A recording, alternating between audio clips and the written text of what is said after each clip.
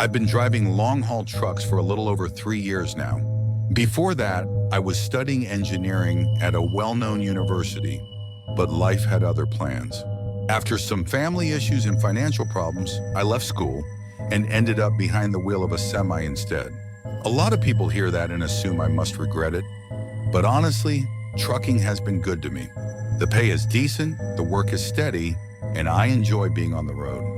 What nobody tells you, though, is how lonely the job can get. When you're driving for 10 or 12 hours straight, your thoughts become your only company. Some nights the silence is relaxing. Other nights it feels like it's pressing down on you from every direction. This happened during my first year on the job. At the time, I was still trying to prove myself.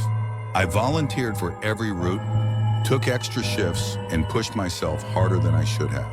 One evening, I was hauling a refrigerated trailer from southern Pennsylvania to western Indiana.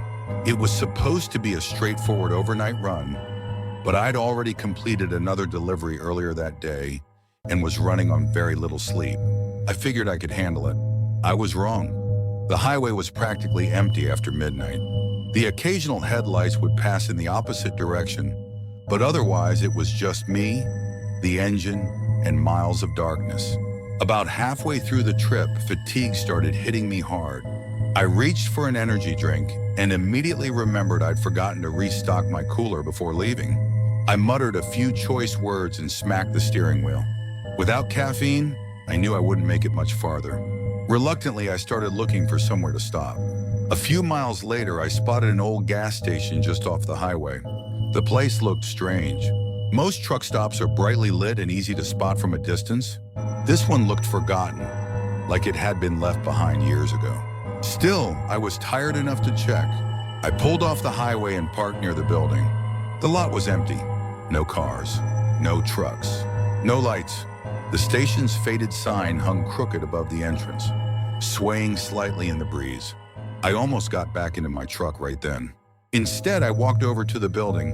The front door wasn't locked. It creaked open the moment I touched it. Inside was complete darkness. I stood there for a moment, letting my eyes adjust. The shelves were gone. The cash register had been removed. Dust covered almost every surface. The place looked abandoned. I was about to leave when I noticed a faint glow coming from deeper inside the building. Curiosity got the better of me. Following the light, I found a small back room. The glow came from an old refrigerator that was somehow still plugged in and running. The hum of the motor sounded unnaturally loud in the silence. I opened the door expecting to find drinks. Instead, the refrigerator was completely empty. Not just empty, the shelves had been removed entirely. It was nothing but a hollow metal box. That was enough for me. I shut the door and headed back toward the entrance. As I reached the front room, I heard something hit the floor somewhere behind me. A sharp metallic clatter. I stopped. The sound echoed through the building. I listened carefully. Nothing. No footsteps. No voices. Just silence. I wasn't interested in finding out what made the noise. I walked out, shut the door, and headed back to my truck. About a quarter-mile farther down the road was another convenience store that was actually open. I bought 2 energy drinks and a couple snacks, then returned to my truck. Before climbing inside, I glanced back toward the abandoned station. My stomach tightened. The front door was standing wide open. I knew I'd closed it. For several seconds, I just stared at it.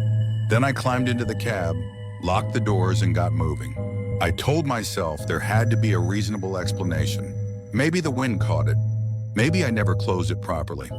Whatever the reason, I wanted to put miles between myself and that place. The caffeine kicked in quickly.